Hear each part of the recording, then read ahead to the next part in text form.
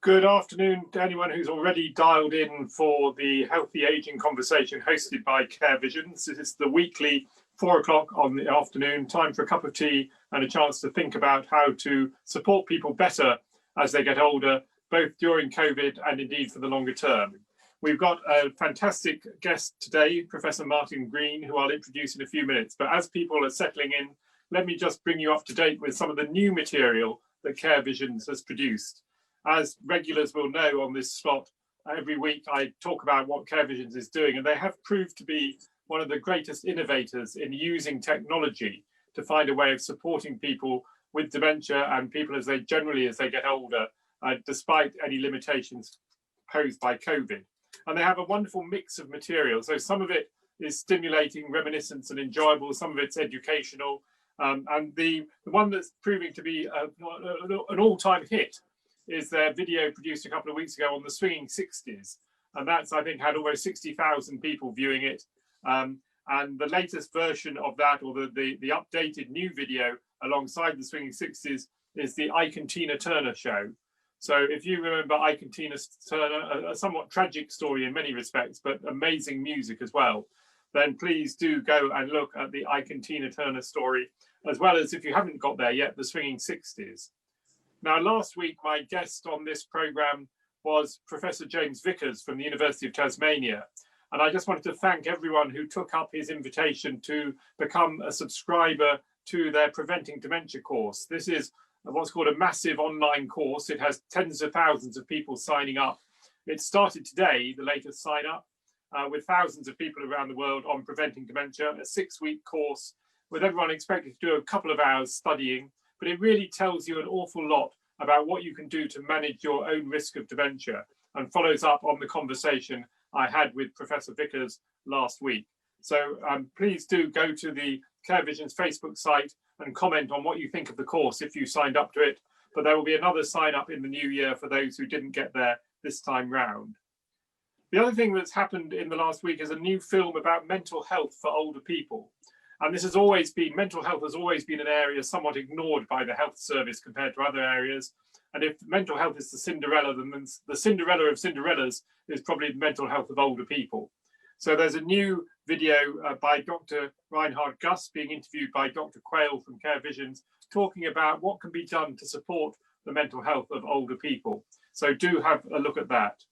And finally, I would just remind you of the film made by Rodri Jones, the photographer, who's really traveled the world. And it's a fantastic travelogue with his photographs of his life. He now lives in Italy, but he's lived in the Far East, he's lived in Central America, and he's lived in Europe.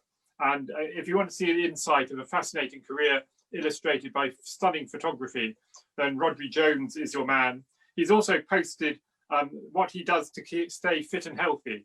And there's a lovely message on Facebook saying that what he did last week, he remembered to stay fit and healthy, is go for a daily 1-hour-long walk and cut and stacked wood for his fire as the nights are drawing in Italy as they are here, and he's getting ready to light the fire. So we're now just about on 4 o'clock.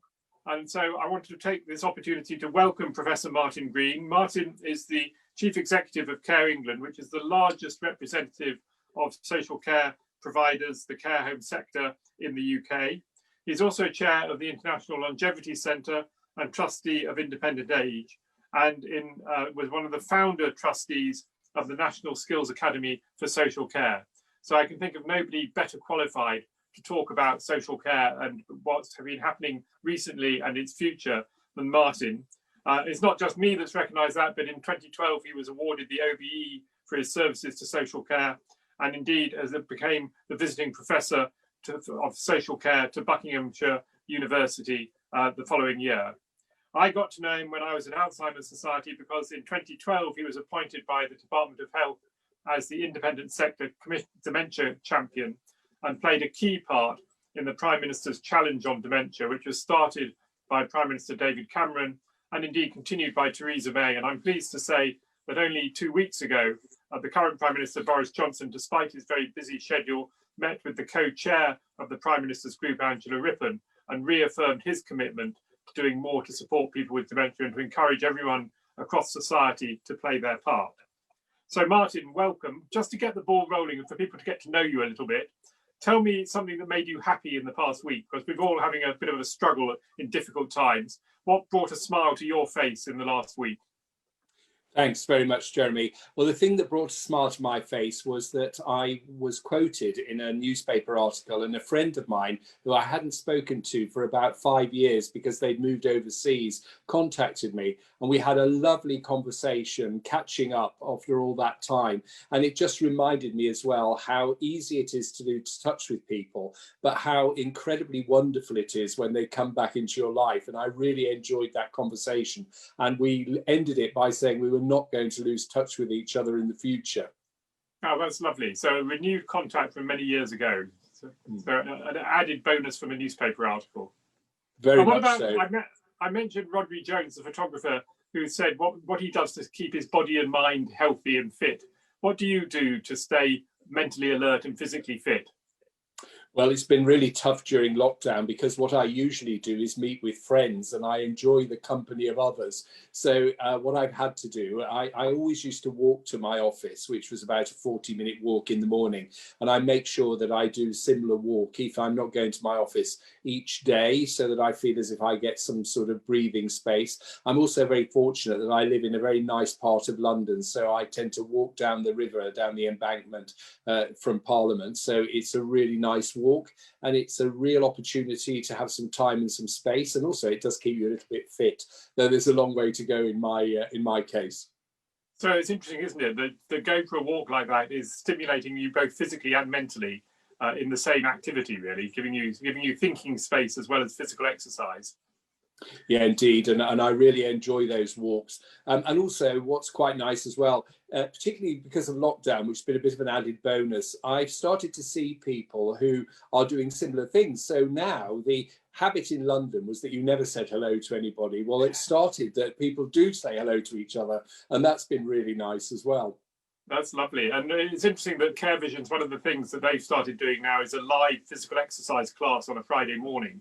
So people who can't get out and want to take part in physical exercise can join a class entirely free of charge on a Friday morning. And it's delightful to see so many people enrolling and then talking about their experiences from being part of that class. And online classes, I think, are a good way of breaking down some of the isolation that people feel.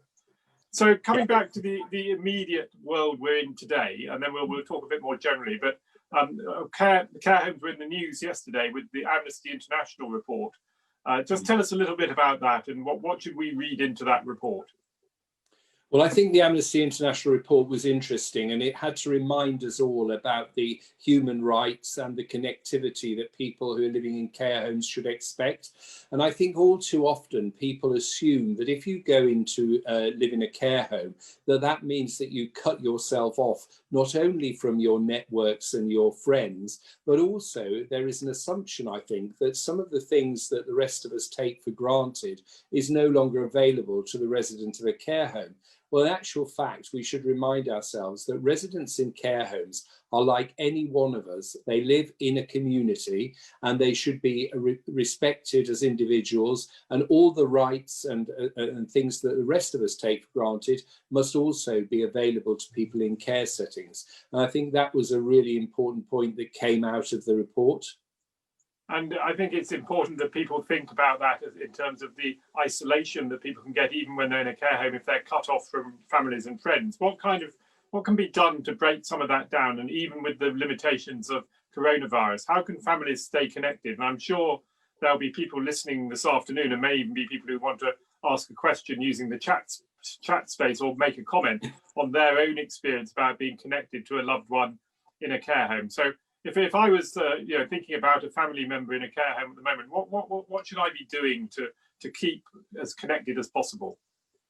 Well, I think first of all, care homes want people to be connected to their families and loved ones. But during this COVID crisis, I think we should accept that care homes have been disproportionately affected, and the populations of care homes are people who have lots of health conditions, so are they most susceptible to this virus. So care homes are walking a tightrope between trying to keep people engaged with their families and loved ones, but also trying to protect them from the potential to get COVID.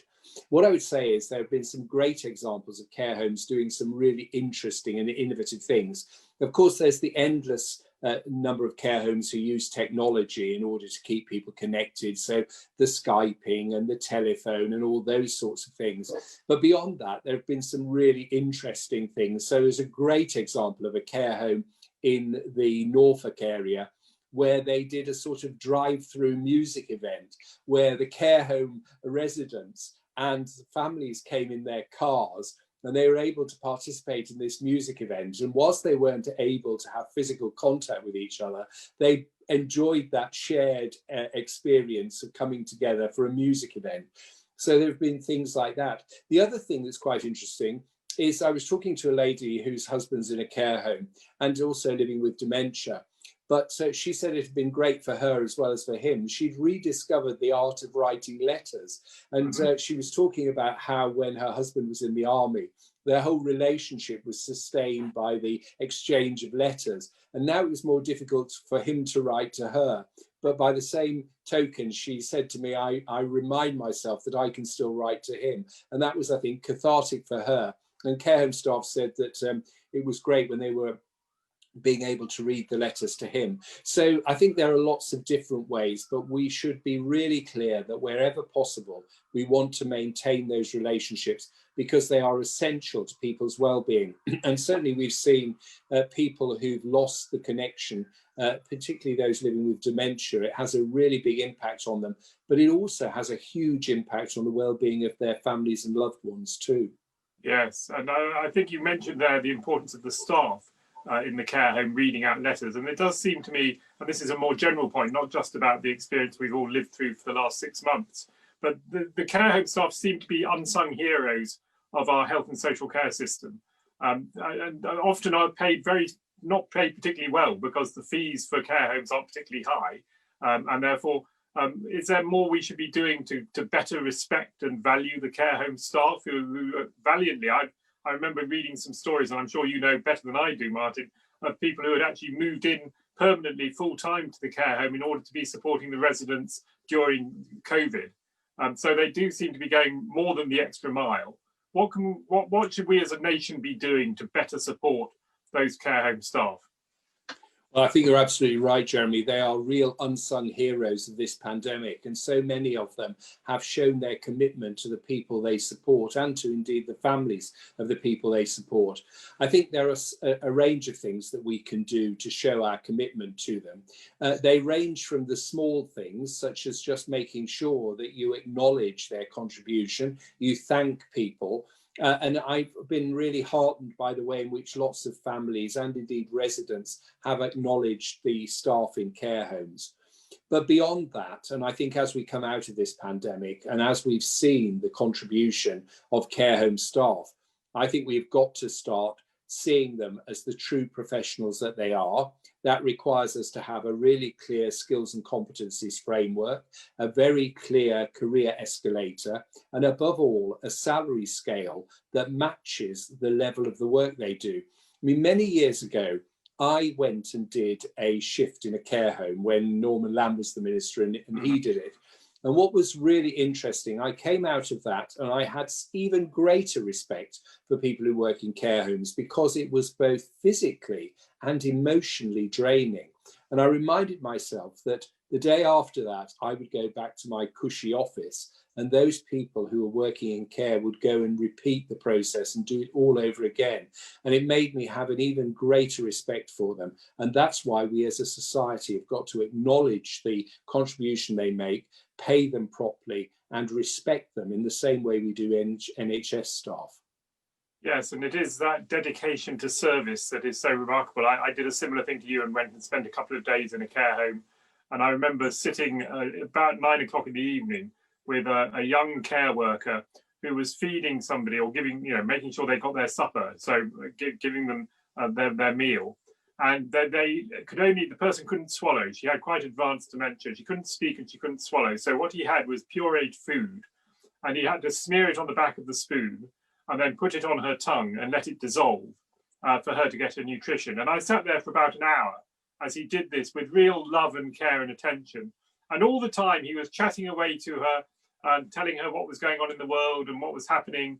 And you could see in her eyes, she couldn't move, she couldn't speak very much, but you could see in her eyes that she was not only getting nutrition, but she was actually getting a quality of life that otherwise wouldn't have been there, all from a young chap who probably was being paid the minimum wage or not much more for doing a really dedicated task. So do you think in the long term, the spotlight on care homes that we've seen a bit more of this year will make it more realistic? Because how many years have we been waiting for a reform to the social care system? Quite a couple of decades, probably. Yeah, indeed. We've been waiting since the 1997 announcement by Tony Blair that he was asking Lord Sutherland to look at this, and every single government and every single prime minister since has fudged the issue. But I do think the COVID crisis, Jeremy, has put things into a different space. And it's my view that the politicians know that they cannot get away with ignoring this. And also, one of the things that has been amazing in the COVID crisis, as you said earlier, is the commitment of staff, and people have begun to understand how incredibly dedicated and professional they are. And so there will now be a much more a groundswell of opinion about how we reform social care and acknowledge and reward staff for the amazing work they do. And how do we make sure that the care homes are there for the future? Because a lot of them have had reduced occupancy levels. People are nervous about going into a care home now. And I know from people I've spoken to, and again, you know better than I do, that there are some care homes whose financial margins are very tight and must be feeling quite at risk. And yet care homes are a vital part of our health and social care system. They're the ones I've been to. You realise that there comes a point in somebody's life where actually the best possible support they can get is in a care home. And if there aren't enough care homes, people will be losing out from that support when they need it. So how do we make sure that there are the care homes we need in the future? Well, I think this has to be part of the reform agenda, and it has to be part of understanding that we need to have a sustainable care sector. So in the interim, I think the government has put extra money in, and that's been very, very welcomed. But the occupancy issue is a really important one. And because the margins in care are very, very low, if you have a reduction in occupancy, it can mean the difference between being a viable service and not. So I think the government needs to think about how they look at a transition plan between now and when they want to do the reform of social care. Some of that can also be about the care sector enabling and supporting the NHS. Now, the NHS is going to have an enormous backlog of elective surgery. Much of that will be about supporting older people through things like hip replacement, etc. The care home could be a really great place for people to do reablement or to do convalescence. I mean, it's very out of fashion, the notion of convalescence. But I was talking to a woman recently who had been in and out of hospital several times. And I asked her why this was happening. And she said to me, because they don't give me any time to sort of get myself better before they discharge me. And I go home and then I find myself falling again. She said, if I could have 3 weeks of convalescence, I'm convinced I could build my strength to a point where I can stay at home again. And I absolutely think she was right. So I think what we should do is use this window of opportunity for having some spare capacity within the care sector to think about how we can use it for everybody's benefit, and that will be the NHS and citizens. And then, of course, to think about when we reform social care, what the platform for a sustainable system is. That sounds a great idea, because the other thing that people have said over the years is that there's been an ever shrinking availability of respite care. So many people who are still living at home with their partner, their loved one, or their children looking after them, if they can never get a break, it comes to breaking point and people can't support any longer. And yet respite care can be that opportunity for somebody to get a breathing space. But there seems to have been very little respite care recently because people can't afford to have the margins to allow beds to be not fully occupied all the time. Do you think we could get an increase in respite care? I think we've got to see an increase in respite care, not least because we're going to see enormous changes in demographics. There are going to be more people who need care and support. Some of those people will be able to be supported in their own homes with their carers if there is a proper approach to supporting the carer so that they're not overwhelmed by the challenges of caring for somebody. I'm also interested in the notion of respite, but I'm also interested in the restating of things like the need for daycare, or indeed sometimes for people with dementia who might have quite nocturnal patterns or some quite challenging behaviours, whether or not we can also see the development of some night support services for people living with dementia. And that would enable carers to have some support and also some information. So it needs to be a complete package of support in communities, support for carers and residential care. And I think if we look at the current system, it would be relatively easy to reconfigure it in ways that would help people to be supported in their own homes with the either daycare or respite care or indeed night support services.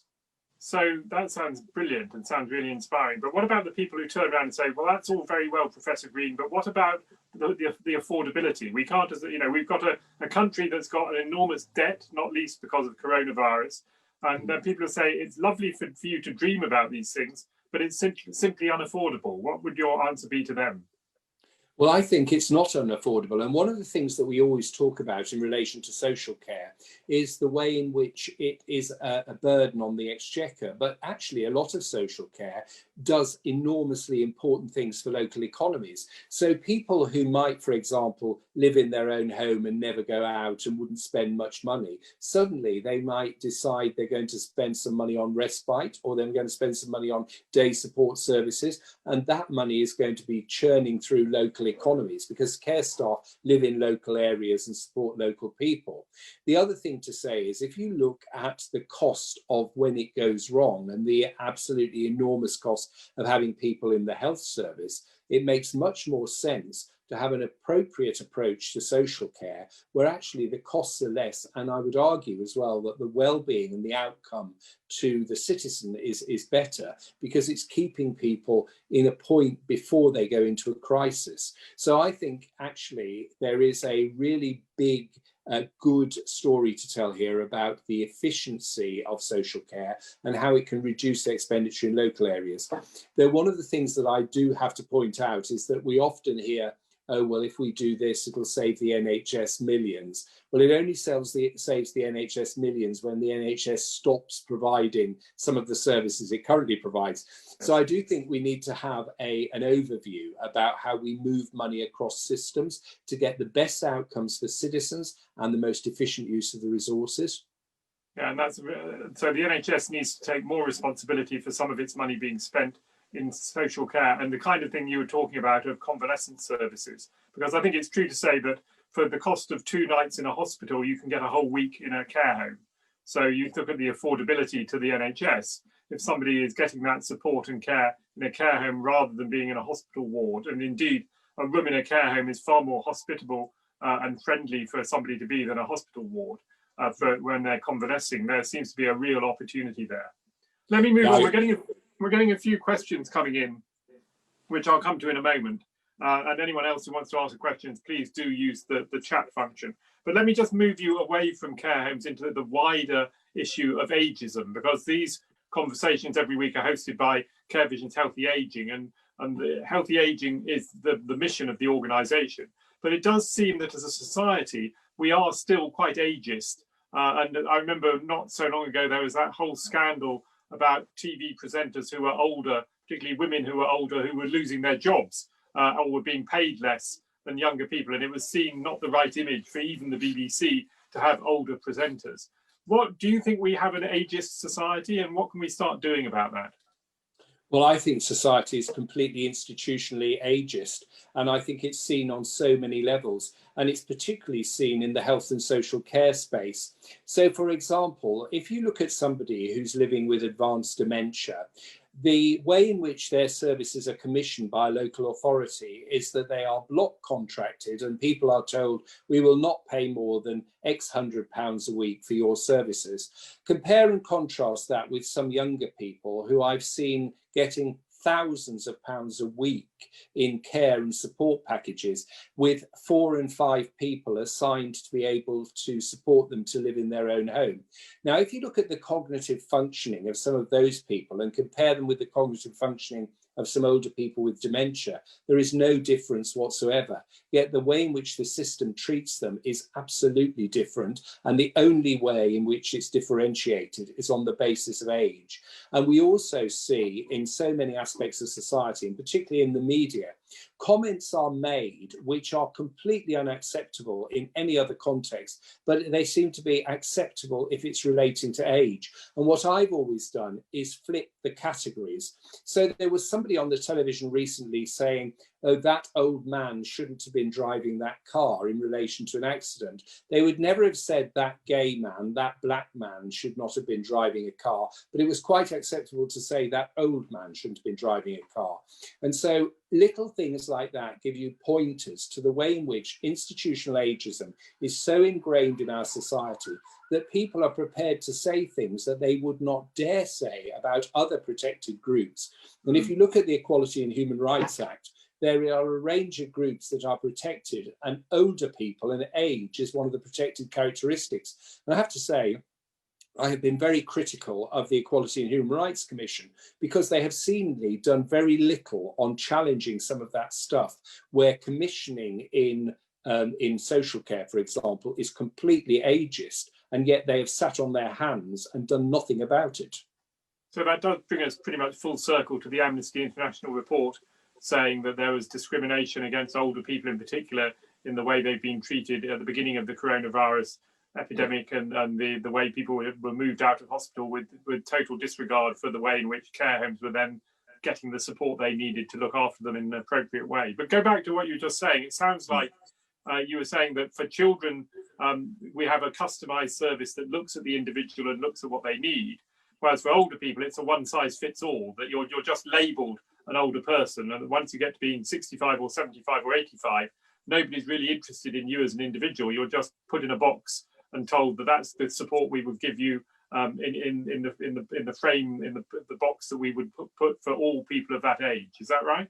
No, that's exactly right. And I think it was really manifest in relation to the issues that came out in the Amnesty report. So, for example, there were lots of older people who the primary care practitioners just said, we're not coming into care homes. They wouldn't have said that about other groups. And people were being told, and in fact, I saw 2 letters which I thought were absolutely beyond disgraceful, which said we won't be coming into care homes, we won't be providing any primary care and allied professions around medicine, and also you should write do not resuscitate on everybody's notes, which is not only immoral but illegal. And yes, yet a practitioner would dare to write that. I bet they would never have dared to write that to any other protected group. And yet they were prepared to write it about older people. And I think that really shows you the depth of the discrimination at play in our system around ageing. And was that seen? I mean, recently a number of people watching this would have seen the Dr. Shipman series on the BBC. It does seem remarkable that he got away with it for so long. It does, and I saw that documentary and I thought that that was very interesting. And if you compare and contrast with how quickly, for example, Beverly Allett's misdemeanors were found out, and compare that with Shipman, who in effect practiced for pretty much a lifetime doing these dreadful things, but because they were being done to older people, there was not the same red flag raised. Yeah, absolutely. So if anyone who's watching this who wants to do something, who agrees with you that we've got an ageist society and we need to do something about it, what can the ordinary citizen do? What can an individual do to make a difference? Well, I think, first of all, challenge it when you see it. So don't let the casual comments go. We saw this very effectively when we started to have these discussions about race, around sexuality in the past. And it was by people challenging the orthodoxy and saying that is not acceptable that we started to change people's minds. We always have the legislation, but of course attitudes follow on.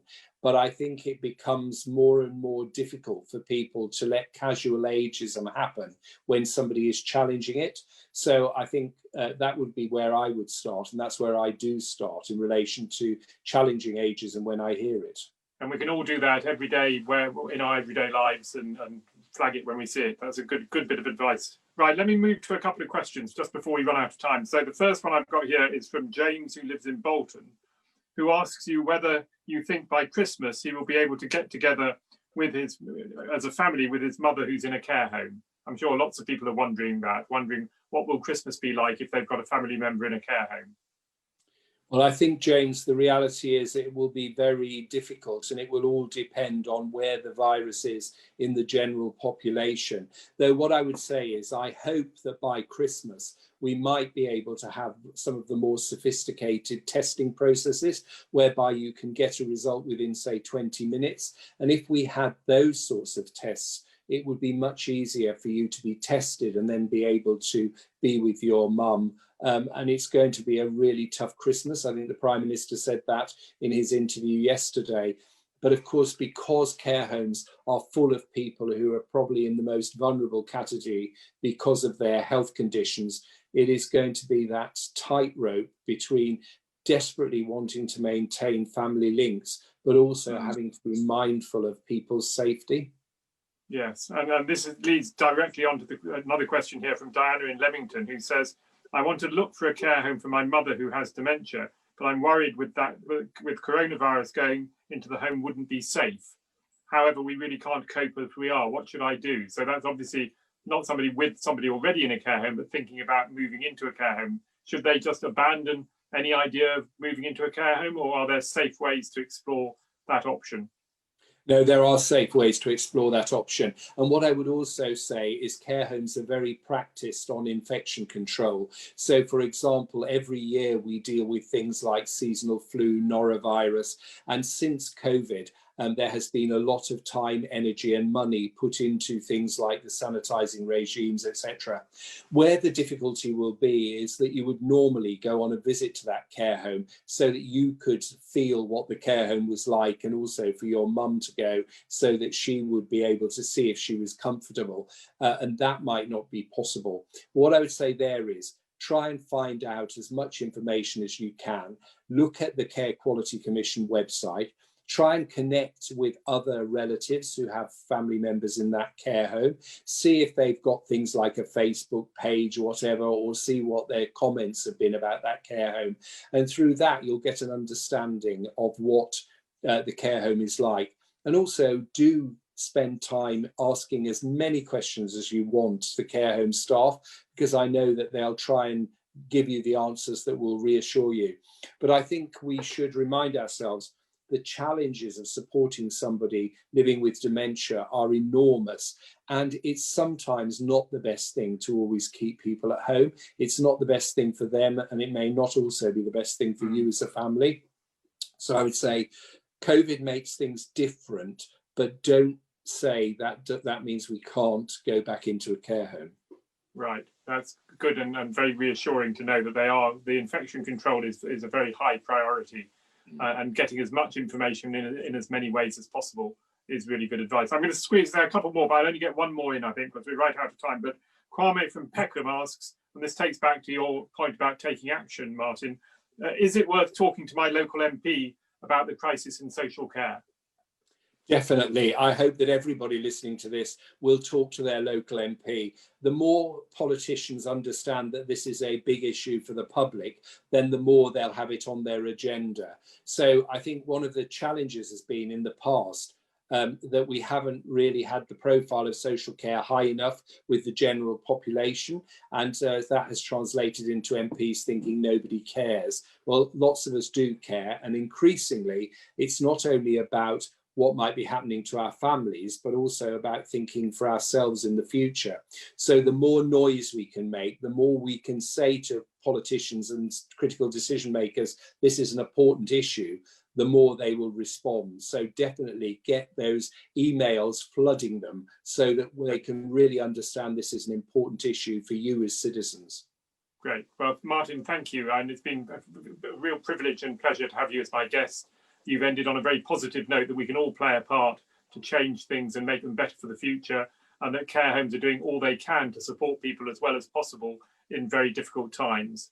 So thank you, Professor Martin Green from Care England. My guest next week will be Professor Alistair Burns, who's the National Director for NHS England for the mental health of older people and dementia. So one of the questions I'll put to him is the question that you flagged just now, Martin, which is, should the NHS be investing more in social care? So it'll be interesting to see what Professor Burns has to say next week. So please join me at the same time, 4 o'clock next Tuesday afternoon. And once again, Martin Green, thank you for being with us this afternoon. Thank you.